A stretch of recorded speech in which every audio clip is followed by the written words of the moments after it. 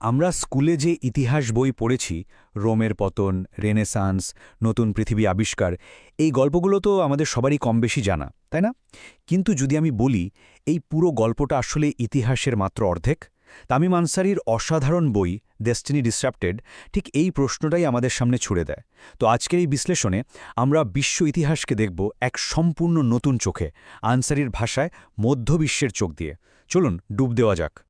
একবার ভেবে দেখুন তো, ইউরোপের যে সময়টাকে আমরা অন্ধকার যুগ বা ডার্ক এজেস বলি, সেটা কি আসলেই সবার জন্য অন্ধকার ছিল? কি হবে যদি এমন হয় যে পৃথিবীর এক প্রান্তে যখন অধপতন চলছিল, ঠিক তখনই অন্য এক প্রান্তে জ্ঞান বিজ্ঞান আর দর্শনের এক স্বর্ণযুগ চলছিল? আজকের এই আলোচনা সেই উস্কানিমূলক ধারণাটিকেই খুঁজে দেখবে। আনসারি আমাদের দুটো সমান্তরাল ইতিহাসের নদীর কথা ভাবতে বলেন। একটা নদী আমাদের খুব চেনা, গ্রিস রোম থেকে শুরু হয়ে ইউরোপ আমেরিকা হয়ে বয়ে গেছে, এই গল্পটা আমরা সবাই জানি। কিন্তু আরেকটা নদী আছে যেটা প্রায় আমাদের চোখ এড়িয়ে যায়।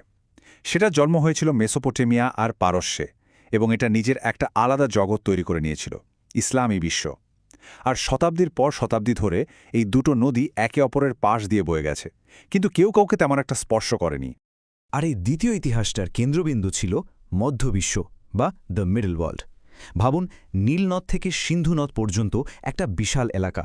এটা শুধু ম্যাপের একটা জায়গা ছিল না, হাজার বছরেরও বেশি সময় ধরে এটাই ছিল পৃথিবীর আসল সেন্টার অফ গ্র্যাভিটি। বিশ্বের সব বড় বড় ট্রেড রুট, সব যুগান্তকারী আইডিয়া, সবচেয়ে শক্তিশালী সাম্রাজ্য, সবকিছুর জন্ম এখানেই। এটা ছিল নিজস্ব ইতিহাস আর নিজস্ব নিয়তি নিয়ে এগিয়ে চলা এক প্রাণবন্ত জগৎ।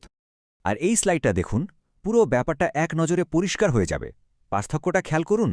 পশ্চিমা ইতিহাসে যখন রোমের পতনের পর অন্ধকার যুগ চলছে, মধ্যবিশ্বের ইতিহাসে তখন ইসলামের উত্থান আর তার স্বর্ণযুগের শুরু। ইউরোপ যখন ছোট ছোট রাজ্যে বিভক্ত, বাগদাদ তখন হয়ে উঠছে পৃথিবীর সবচেয়ে বড় এবং জ্ঞানী শহর। এরা শুধু দুটো আলাদা গল্প না, অনেক ক্ষেত্রে এরা একে অপরের উল্টো প্রতিচ্ছবি। তো চলুন মধ্যবিশ্বের এই নিজস্ব পথ চলাটাকেই একটু কাছ থেকে দেখা যাক। এটা এমন এক গল্প যা শুনলে আপনি অবাক না হয়ে পারবেন না। মুসলিম বিশ্বের জন্য ইতিহাসের চাকাটা আসলে ঘুরতে শুরু করে ৬২২ খ্রিস্টাব্দে হিজরতের মাধ্যমে। কিন্তু এটা শুধু নবীর সাল্লাল্লাহু আলাইহি সাল্লামের মক্কা থেকে মদিনায় চলে যাওয়া ছিল না। আনসারিটাকে বলছেন একটা নতুন সভ্যতার ইয়ার জিরো। ঠিক এই মুহূর্ত থেকে ইসলাম শুধু একটা বিশ্বাস থাকল না, হয়ে গেল একটা স্বশাসিত কমিউনিটি, একটা উম্মা যার নিজস্ব আইন আছে, নিজস্ব সমাজ ব্যবস্থা আছে। এজন্যই তো ইসলামিক ক্যালেন্ডার এখান থেকে শুরু হয়। এটা ছিল একটা নতুন ইতিহাসের জন্মদিন। আর এই নতুন সভ্যতার পিক টাইম ছিল আব্বাসীয় স্বর্ণযুগ। অন্ধকার যুগ শব্দটা মাথা থেকে ঝেড়ে ফেলুন। নবম শতাব্দীর বাগদাদের কথা ভাবুন। তখন ওটা ছিল পৃথিবীর ইন্টেলেকচুয়াল ক্যাপিটাল। খলিফারা বাইতুল হিকমা বা হাউস অফ উইজডম তৈরি করলেন। সেখানে কি হতো জানেন? গ্রিস, পারস্য, ভারতের যত জ্ঞানবিজ্ঞান ছিল সব আরবিতে অনুবাদ করা হতো। অ্যালজেব্রা, মেডিসিন, অ্যাস্ট্রোনমি, আজকের আধুনিক বিজ্ঞানের অনেক কিছুর ভিত্তি কিন্তু সেখানেই তৈরি হচ্ছিল। আর তখন ইউরোপের বেশিরভাগ এলাকায় কুসংস্কার আর অজ্ঞতায় ডুবে আছে। কিন্তু ইতিহাসের পথ তো আর সরল রেখায় চলে না। মধ্যবিশ্বের এই সোনালী পথচলায় দুটো বড় ধাক্কা এসে লাগে, যা সবকিছুকে পরীক্ষা করে নিয়েছিল। আমরা সবাই ক্রুসেডের কথা জানি, তাই না? মনে হয় যেন এক বিশাল ধর্মযুদ্ধ। কিন্তু মজার ব্যাপার হলো, মধ্যবিশ্বের দৃষ্টিকোণ থেকে এটা অত বড় কোনো ঘটনাই ছিল না। বাগদাদের খলিফা বা কায়রোর সুলতানদের কাছে এটা ছিল অনেকটা, আমাদের বিশাল সাম্রাজ্যের উত্তর দিকের বর্ডারে কিছু বর্বর ফ্র্যাঙ্ক এসে ঝামেলা করছে। একটা বিরক্তির কারণ, কিন্তু তাদের অস্তিত্বের জন্য কোনো হুমকি নয়। আসল আসল কেয়ামতটা এসেছিল অন্য একদিক থেকে। সেই আসল আঘাতটা, যেটা মুসলিম বিশ্বকে একেবারে নাড়িয়ে দিয়েছিল, সেটা এসেছিল পূর্ব দিক থেকে, মঙ্গলরা। ১২৫৮ সালে হালাকু খান যখন বাগদাদ আক্রমণ করলেন, তখন যা হয়েছিল তা শুধু একটা শহরের পতন ছিল না, এটা ছিল একটা সভ্যতার গণহত্যা। ইতিহাসবিদরা বলেন, বায়তুল হিকমহর সব বই টাইগ্রিস নদীতে ফেলে দেওয়া হয়েছিল, আর সেই বইয়ের কালিতে নদীর পানি নাকি দিনের পর দিন কালো হয়েছিল। একবার ভাবুন তো ক্ষতিটা, ঠিক যেন আলেকজান্দ্রিয়ার লাইব্রেরিকে আবার পুড়িয়ে ফেলার মতো। আনসারি এটাকে বলছেন প্রকৃত কেয়ামত। মঙ্গলরা ছিল একটা সাইক্লোনের মতো, শহরকে শহর ধুলোয় মিশিয়ে দিয়েছে, লাখ লাখ মানুষ হত্যা করেছে, আর ১২৫৮ সালে এসে ৫০০ বছরের আব্বাসী খেলাফতের চিহ্ন মুছে দিয়েছে। মনে হচ্ছিল ইসলামী সভ্যতার গল্পটা বুঝি এখানেই শেষ। কিন্তু ঠিক তখনই ১২৬০ সালে আইন জালুতের ময়দানে মিশরের মামলুক বাহিনী প্রায় অসম্ভবকে সম্ভব করে দেখালো। তারা মঙ্গলদের থামিয়ে দিল। এই একটা যুদ্ধই হয়তো পুরো ইসলামী বিশ্বকে বিলুপ্তির হাত থেকে বাঁচিয়ে দিয়েছিল। মঙ্গলদের সেই ভয়ঙ্কর ধাক্কাটা সামলে মধ্যবিশ্ব যখন আবার নতুন করে ঘুরে দাঁড়াচ্ছিল, তিনটে বিশাল সাম্রাজ্য গড়ে তুলছিল, ঠিক তখন তারা এমন একটা জায়গার দিকে ফিরেও তাকাচ্ছিল না যেটাকে তারা সবসময় তুচ্ছ মনে করত, আর সেই জায়গাটা ছিল ইউরোপ। আর সেখানেই ঘটছিল এক নিঃশব্দ বিপ্লব। ধ্বংসস্তূপ থেকে মুসলিম বিশ্ব আবারও জেগে উঠেছিল। তুরস্কের অটোমান, পারস্যের সাফাভি আর ভারতের মুঘল, এই তিনটি গানপাউডার এম্পায়ার তখন পৃথিবীর সবচেয়ে ধনী আর শক্তিশালী সাম্রাজ্যগুলোর মধ্যে ছিল।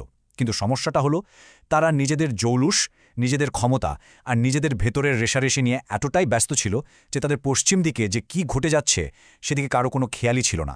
আর ঠিক ওই সময়ই ইউরোপে একটা সাইলেন্ট রেভলিউশন চলছিল। এটা কোনো একটা ঘটনা ছিল না, বরং অনেকগুলো ঘটনার একটা চেইন রিয়াকশন। রেনেসঁ মানুষের চিন্তার জগৎ বদলে দিল। প্রিন্টিং প্রেস আসায় জ্ঞান সবার হাতে হাতে চলে গেল। নতুন সমুদ্রপথ আবিষ্কার হওয়ায় বাণিজ্যের কেন্দ্র ভারত মহাসাগর থেকে সরে আটলান্টিকে চলে গেল। আর সবশেষে শিল্প বিপ্লব, যেটা ইউরোপকে এমন এক প্রযুক্তিগত শক্তি দিল যা পৃথিবী আগে কখনো দেখেনি। এই সবগুলো একসাথে মিলে পুরো খেলার নিয়মটাই বদলে দিল। এই কথাটা সেই মুহূর্তের ধাক্কাটা খুব ভালোভাবে ফুটিয়ে তোলে। হাজার বছর ধরে যারা নিজেদের সভ্যতার কেন্দ্রবিন্দু ভেবে এসছে, তাদের জন্য এটা ছিল এক সকালা ঘুম থেকে উঠে দেখার মতো যে পৃথিবীটাই বদলে গেছে। তারা যখন চোখ খুলল, দেখল ইউরোপ শুধু তাদের সমান হয়নি, বরং তাদেরকে ছাড়িয়ে অনেক অনেক দূরে চলে গেছে। এই রূঢ় বাস্তবতার প্রথম সরাসরি ধাক্কাটা লাগে ১৭৯৮ সালে। নেপোলিয়ান মিশরে এলেন এবং মাত্র কয়েক সপ্তাহের মধ্যে আরব বিশ্বের প্রাণকেন্দ্র দখল করে নিলেন। কিন্তু তিনি শুধু সৈন্য নিয়ে আসেননি, সাথে এনেছিলেন বিজ্ঞানী, ইঞ্জিনিয়ার আর প্রিন্টিং প্রেস। এটা শুধু একটা সামরিক পরাজয় ছিল না, এটা ছিল একটা পরিষ্কার বার্তা যে প্রযুক্তি, সংগঠন আর জ্ঞানের দিক থেকে মুসলিম বিশ্ব কতটা পিছিয়ে পড়েছে। এই অপমানটা ছিল মারাত্মক। আর এই নতুন বাস্তবতায় মধ্যবিশ্বের হাজার বছরের ইতিহাসের গতিপথকে চিরদিনের জন্য বদলে দিল, বা আনসারির ভাষায় ডিসরাপ্ট করে দিল, যার ফলাফল আমরা আজও ভোগ করছি। এরপরে যা হলো তা হলো মধ্যবিশ্বের পুরনো গল্পটাকে একরকম জোর করে মুছে দেওয়া হলো। প্রথম বিশ্বযুদ্ধের পর ব্রিটিশ আর ফরাসিরা লিটারালি একটা ম্যাপের উপর স্কেল বসিয়ে দাগ টেনে ইরাক, সিরিয়া, জর্ডানের মতো দেশ তৈরি করে ফেলল। এই দাগগুলো হাজার বছরের ইতিহাস, গোত্র, ধর্ম কোনো কিছুরই তক্কা করেনি। ফলাফল, এমন সব রাষ্ট্র তৈরি হলো যাদের বর্ডার আছে, সরকার আছে, কিন্তু কোনো সত্যিকারের জাতীয় পরিচয় নেই। আজকের মধ্যপ্রাচ্যের এত ঝামেলার বীজ কিন্তু সেদিনই বোনা হয়েছিল।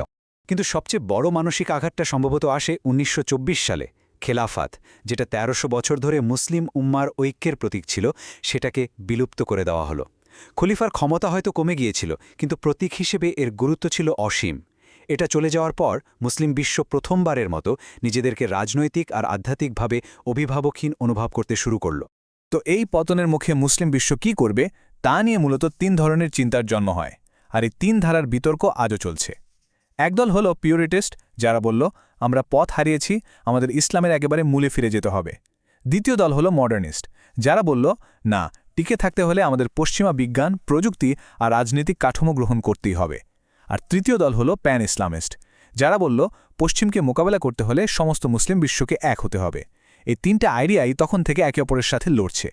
আর এটাই আমাদের আনসারির মূল থিসিসে নিয়ে আসে। আমরা যেটাকে প্রায় সভ্যতার সংঘাত বা ক্ল্যাশ অফ সিভিলাইজেশনস বলি, আনসারি বলছেন এটা আসলে তা নয়, এটা হলো দুটো ভিন্ন ইতিহাসের সংঘাত যারা একই টাইমলাইনে চলছে না। পশ্চিমা ইতিহাসটা হলো একটা সরল রেখার মতো, অতীত থেকে বর্তমান হয়ে ভবিষ্যতের দিকে এগিয়ে যাওয়া। আর মধ্যবিশ্বের ইতিহাসটা হলো একটা বৃত্তের মতো, যা বারবার একটা গৌরবময় অতীতে ফিরে যেতে চাইছে, যেখান থেকে তাকে বিচ্যুত করা হয়েছে। আর এটাই আমাদের শেষ প্রশ্নটার সামনে এনে দাঁড় করায়। যদি দুটো পক্ষ ইতিহাসকে এতটা ভিন্নভাবে দেখে, অনুভব করে, তাহলে একটা পক্ষের গল্প জেনে আমরা কি আসলেই বর্তমান বিশ্বকে পুরোপুরি মুছতে পারব? আনসারি আমাদের এটাই বলতে চান।